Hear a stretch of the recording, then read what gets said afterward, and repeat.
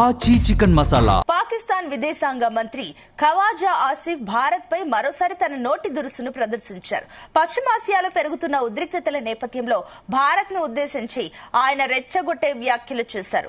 భవిష్యత్తులో యుద్ధం వస్తే భారత భూభాగంలోకి చొరబడి భారతీయుల ఇళ్లలోకి వెళ్లి మరీ చంపేస్తామంటూ ఆయన ప్రగల్భాలు పలికారు. గతేడాది జరిగిన ఘర్షణలను గుర్తు చేస్తూ ఈసారి యుద్ధం జరిగితే అది కేవలం సరిహద్దులకు మాత్రమే పరిమితం కాదని భారత్ అంతర్భాగంలోకి దూసుకెళ్తామని ఆయన హెచ్చరించారు.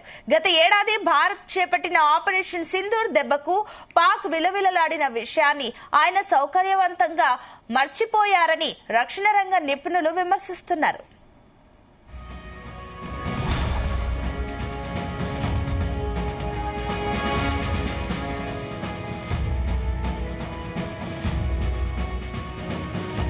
ఖవాజా ఆసిఫ్ వ్యాఖ్యలకు ముందే భారత రక్షణ మంత్రి రాజ్నాథ్ సింగ్ పాకిస్తాన్ కు గట్టి హెచ్చరిక జారీ చేశారు. పశ్చిమాసియాలో నెలకొన్న అనిశ్చితిని అడ్డు పెట్టుకుని పాక్ ఏవైనా దుశ్చర్యలకు పాల్పడడాన్ని చూస్తే భారత్ ఇచ్చే సమాధానం ఊహాతీతంగా ఉంటుందని ఆయన స్పష్టం చేశారు. మా పొరుగు దేశం ఏదైనా పొరపాటు చేస్తే మా స్పందన నిర్ణయాత్మకంగా ఉంటుందన్నారు. ఆపరేషన్ సింధూర్ ఇంకా మిగిలేదని అన్న విషయాన్ని వారు గుర్తుంచుకోవాలని రాజ్నాథ్ సింగ్ పాక్ కు గట్టి సందేశాన్ని పంపారు. ఇక ఏప్రిల్ 22న పహల్గాం దాడి జరిగి ఏడాది పూర్తవుతున్న తరుణంలో పాక్ ఇలాంటి రెచ్చగొట్టే వ్యాఖ్యలు చేయడం ద్వారా తన అంతర్గత బలహీనతలను కప్పిపుచ్చుకోవాలని చూస్తోందని భారత్ భావిస్తోంది. ఇదే అంశానికి సంబంధించి మరిన్ని డీటెయిల్స్ మా చీఫ్ న్యూస్ కోఆర్డినేటర్ రాధాకృష్ణ అందిస్తారు. రాధాకృష్ణ, పాకిస్తాన్ చేసిన ఈ కామెంట్స్ ఏ రకంగా చూడాలి? Good morning Sunitha. దయాది పాకిస్తాన్ మరొకసారి తన వక్ర బుద్ధిని బయటపెట్టిందని చెప్పవచ్చు. సో అవకాశం వచ్చినప్పుడల్లా భారత్ ను ఏదో రకంగా రెచ్చగొట్టే విధంగా, లేకపోతే భారత్ పైన తన అక్కసును వెళ్ళగక్కే రకంగా పాకిస్తాన్ నిత్యం తన అంతర్జాతీయ మీడియా వేదిక కావచ్చు, ప్రతి సందర్భం వచ్చినప్పుడల్లా ఆ భారత్ పైన అనేకమైన అవాకులు చెవాకులు వెలుస్తూ ఉంటుంది. ఇలాంటి తరుణంలో ఇప్పుడు తాజా కూడా అక్కడ పాకిస్తాన్ విదేశాంగ మంత్రి ఖవాజా ఆసిఫ్ కూడా మరొకసారి భారత్ పై తన నోటి దురుసును ప్రదర్శించారని చెప్పవచ్చు. సో ఒకవైపు ఇప్పటికే పశ్చిమాసియాలో తీవ్ర ఉద్రిక్త పరిస్థితుల్లో నెల రోజుల తరబడి యుద్ధం కొనసాగుతోంది. ఇరాన్ పైన ఇజ్రాయెల్, అమెరికా పెద్ద ఎత్తున ఏకధాటిగా దాడులు చేస్తా ఉంది. దానికి ప్రతీకారంగా ఇరాన్ నుంచి దాడులు కొనసాగుతున్నాయి. ఈ మొత్తం నేపథ్యంలో పశ్చిమాసియాలోనే ఒక తీవ్ర ఉద్రిక్త పరిస్థితులు, అసలు యుద్ధం ఎప్పుడు ఆగుతుందో లేదో తెలియదు, ఎప్పుడు యుద్ధానికి పులి స్టాప్ పడుతుందో తెలియని పరిస్థితిలో రోజు రోజుకు పరిస్థితులు చేదాటిపోయే పరిస్థితి కనపడుతోంది. దానికి తోడు మొత్తంగా కూడా దానికి ఇంపాక్ట్ ప్రపంచ దేశాలన్నింటిపైన, భారత్ తో పాటు మొత్తం ఇతర దేశాలన్నింటిపైన కూడా పడుతూ ఉంది. సో ఇలాంటి తరుణంలో ఒకవైపు అది చాలదన్నట్టుగా ఇప్పుడు మరొకసారి పాకిస్తాన్ విదేశాంగ శాఖ మంత్రి ఖవాజా ఆసిఫ్ భారత్ పై మరొకసారి రెచ్చగొట్టే వ్యాఖ్యలు చేశారు. సో ఎందుకంటే ఇప్పుడున్న పరిస్థితుల్లో భవిష్యత్తులో భారత్ కనుక యుద్ధం వస్తే భారత్ భూభాగంలోకి చొరబడి భారతీయుల ఇళ్లకు మరీ చొరబడి వాళ్ళని చంపేస్తామంటూ కూడా ఆయన చేసిన వ్యాఖ్యలు ఇప్పుడు ఒక రకంగా భారత్ చాలా సీరియస్ గా తీసుకుందని చెప్పవచ్చు. ఎందుకంటే ఇప్పటికే చాలా సందర్భాల్లో భారత్ లో పాకిస్తాన్ చావు దెబ్బతిన్నది. అవకాశం సందర్భం వచ్చినప్పుడల్లా భారత్ అన్ని రకాలుగా ఒకవైపు దౌత్యపరంగా అంతర్జాతీయ వేదికలపై పాకిస్తాన్ ఒంటరి చేసే ప్రయత్నం చేస్తుంది. మరోవైపు యుద్ధంలో కూడా అనేక మార్లు భారత్ చేతిలో చావు దెబ్బ ఓటమి చదివిస్తా ఇంకా వాళ్ళ వక్రబుద్ధి మారడం లేదు. సందర్భం వచ్చినప్పుడల్లా భారత్ ను రెచ్చగొట్టే విధంగా చేస్తున్నది. సో తాజా కూడా ఇప్పుడు మరొకసారి, ఎందుకంటే గతంలో చూసాం సంవత్సరం క్రితమే, ఈ గతంగా కరెక్ట్ ఏప్రిల్ 22 గత ఏడాది ఏప్రిల్ 22 పహల్గాం లో అక్కడ తీవ్రవాదులు పెద్ద ఎత్తున భారతీయులను హిందువులను టార్గెట్ చేసుకుని ఊచకోత చేశారు. సో అనేక మంది ప్రాణాలను బలి తీసుకున్నారు. దానికి ప్రతీకారంగా భారత్ అక్కడ ఉన్నటువంటి పాకిస్తాన్ లో ఉన్నటువంటి తీవ్రవాద శిబిరాలన్నింటినీ ఆపరేషన్ సింధూర్ పేరుతో మొత్తం కూడా చిన్నాభిన్నం చేసింది. ఒక రకంగా అక్కడ ఉన్నటువంటి అనూహ్య పరిణామం, ఊహించని పరిణామంతో పాకిస్తాన్ ఒక్కసారి ఫ్యూజులు అవుట్ అయినాయని చెప్పవచ్చు. ఎందుకంటే అక్కడ ఉన్నటువంటి ఏదైతే తీవ్రవాద సంస్థలు ఉన్నాయో వాటన్నిటిని కూడా మొత్తంగా కూడా ధ్వంసం చేసిన పరిస్థితి, వందల సంఖ్యలో అప్పుడు ఉన్నటువంటి తీవ్రవాదులు మట్టుపెట్టిన పరిస్థితి. సో ఇప్పుడు ఇలాగ ఉంటే దాని తర్వాత ఏం చేయాలో తోచక భారత్ పై అక్కడ ఉన్నటువంటి భూభాగంలో భారత్ సరిహద్దులపైన కాల్పులు జరపడం, భారత్ లో డ్రోన్ల సాయంతో హిందూ ఆలయాలను కావచ్చు మొత్తం భారత్ సరిహద్దులోని జన వాస ప్రాంతాలను టార్గెట్ గా చేసుకుని డ్రోన్లతో అటాక్ చేసే ప్రయత్నం చేసింది. సో భారత్ దాన్ని చాలా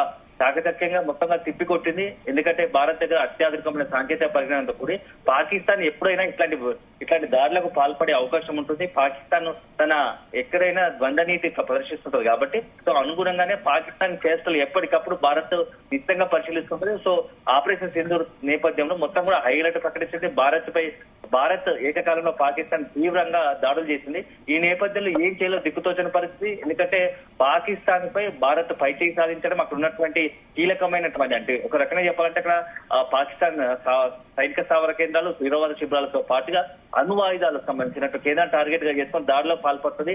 ఇక భారత్ చేతిలో మనకు చావు దెబ్బ తప్పదు అనుకున్నట్టు పాకిస్తాన్ అమెరికా శరణు కోరంతో శరణు కోరి అమెరికాతో చర్చలకు ముందుగా ప్రతిపాదన పెట్టినట్టుగా కూడా పెద్ద ఎత్తున వార్తలు వచ్చాయి. సో అది అప్పటికే ఓటమి తగ్గి చూసినా ఇప్పటికీ వాళ్ళ బుద్ధి మారడం లేదు. సో ఇప్పుడు పశ్చిమాసియాలో కాస్త ఏంటంటే ఇటీవల కాలంలో ప్రపంచంలో కొంత పరిణామాలు మారాయి దౌత్యపరంగా కూడా. ఎందుకంటే పాకిస్తాన్ అమెరికా మధ్య కొంత సత్సంబంధాలు ఉంటున్నాయని చెప్పేసి ఒక విశ్లేషణ జరుగుతుంది. ఎందుకంటే అమెరికా అధ్యక్షుడు డొనాల్డ్ ట్రంప్ కు సంబంధించి పాకిస్తాన్ లోని ఇస్లామాబాద్ కేంద్రం కదా క్రిప్టో కరెన్సీ పెద్ద ఎత్తున ఏషియాలోనే పెద్ద ఎత్తున క్రిప్టో కరెన్సీ ద్వారా తన వాణిజ్య ఏదో వ్యాపార కేంద్రంలో పెద్ద ఎత్తున అభివృద్ధి చేయాలనుకుంటున్నాడు. సో ఈ నేపథ్యంలో పాకిస్తాన్ లో ఉన్న కీలక నేతలు అక్కడ ఉన్నటువంటి ఎవరైతే పాకిస్తాన్ సంబంధించినటువంటి షహబాజ్ షరీఫ్ ప్రధాని, అదేవిధంగా ఆసిఫ్ ఉమర్ సంబంధించినటువంటి ఎక్కడైతే ఉన్నారో అక్కడ ఆర్మీ చీఫ్ వాళ్ళతో సత్సంబంధాలు నేర్చుకున్నాడు డొనాల్డ్ ట్రంప్. సో అవకాశాన్ని బట్టి పాకిస్తాన్ కు మేము అనుకూలంగా ఉంటామని చెప్పి డొనాల్డ్ ట్రంప్ ఒక హామీ ఇచ్చినట్టుంది. దాంతోనే ఇటీవల కాలంలో పాకిస్తాన్ అవకాశం వచ్చిన రెచ్చిపోయినట్టుగా తెలుస్తోంది. ఎందుకంటే యుద్ధ నేపథ్యంలో భవిష్యత్తులో అవసరాల దృష్ట్యా పశ్చిమాసియాలో ఇరాన్ పై దాడులు జరుగుతున్న నేపథ్యంలో అవసరాన్ని బట్టి అమెరికా పాకిస్తాన్ కి సంబంధించి గగనతలాన్ని వాడుకోవడానికి ఆలోచన చేస్తున్నట్టుగా కూడా కొంత ప్రచారం జరుగుతుంది. ఈ నేపథ్యంలో అమెరికా అవసరాలను బట్టి పాకిస్తాన్ కూడా భవిష్యత్తులో యుద్ధానికి సంబంధించి భారత్ పై దాడి చేయడానికి ఇది సరైన తరుణంగా అనే ఒక ఆలోచనలో పిచ్చి భ్రమలో ఉన్నట్టుగా కూడా కొంత ప్రచారం జరుగుతుంది. సో అల్టిమేట్ గా ఇప్పుడున్న పరిస్థితుల్లో భారత్ తో ప్రపంచంలో ఏ దేశమైనా భారత్ తో ఢీక్కునే సత్తా లేదు. ఎందుకంటే మనకు అత్యాధికమైన సాంకేతిక పరిజ్ఞానం, అన్ని రకాల ఆయుధ రక్షణ వ్యవస్థ స్ట్రాంగ్ గా కలిగి ఉన్నాము. సో ప్రపంచంలో మొత్తంగా ఉన్నటువంటి 5వ శక్తివంతం రక్షణ వ్యవస్థ కలిగి ఉన్నాము. సో దానికి తోడు ప్రస్తుతం భారత్ ఎవరితో మొత్తం ప్రపంచంలో శాంతి వాతావరణం నెలకొల్లాలనే ఒక ఉద్దేశంతో ముందు నుంచి ఉంటుంది. కానీ ఎవరైనా భారత్ పై దాడులకు తెగబడాలని చూస్తే మాత్రం వారికి సరైన రకంగా సమానం ఇచ్చే పరిస్థితి కనబడుతుంది. గతంలో పాకిస్తాన్ కి ఇస్తుంది. ఇప్పుడు భవిష్యత్తులో కూడా అట్లాంటి దుస్సాహం కనుక పాకిస్తాన్ చేస్తే ఖచ్చితంగా పాకిస్తాన్ కు సీరియస్ గా ఉంటుందని చెప్పేసి, పరిణామాలు సీరియస్ గా ఉంటాయని చెప్పేసి ఇప్పటికే మన రక్షణ శాఖ మంత్రి రాజ్నాథ్ సింగ్ కూడా పాకిస్తాన్ కి హెచ్చరికలు జారీ చేసిన పరిస్థితి కనబడుతోంది. సో ఏదైనా ఇప్పుడు పశ్చిమాసియాలో ఉన్నటువంటి పరిస్థితి నేపథ్యంలో పాకిస్తాన్ కూడా ఏదైనా కొంత తొందరపై భారత్ పై ఏదైనా దాడులకు చేయాలనుకుంటే దానికి ఎప్పుడు ఊహించినట్టుగా భారత్ నుంచి ఒక రకమైన రియాక్షన్ ఉంటుందని చెప్పేసి రాజ్నాథ్ సింగ్ హెచ్చరించారు. సో మొత్తంగా అల్టిమేట్ గా ఇప్పుడున్న పరిస్థితుల్లో భారత్ పైన పాకిస్తాన్ దాడి చేయాలనుకుంటే అది పాకిస్తాన్ కు అంతం తప్ప మరొక అవకాశం లేదని చెప్పేసి కూడా విశ్లేషకులు అంతా కూడా అభిప్రాయపడుతున్న పరిస్థితి. ఎందుకంటే ఆపరేషన్ సింధూర్ లోనే పాకిస్తాన్ యొక్క మొత్తంగా కూడా బలం ఏందో అర్థమైపోయింది. అప్పటికే చేతులు ఎత్తేసింది, హ్యాండ్స్ అప్ అన్నది. అయినప్పటికీ ప్రగల్భాలు పడుతూ భారత్ పై దాడులకు పాల్పడాలని ఒక దుస్సాహసాలు చేస్తే తర్వాత జరగబోయే పరిణామాలకు పాకిస్తాన్ బలి కావడం తప్ప మరొక అవకాశం లేదని చెప్పేసి కూడా కొంత అభిప్రాయం వ్యక్తమవుతా ఉంది. Right, thank you Radhakrishna.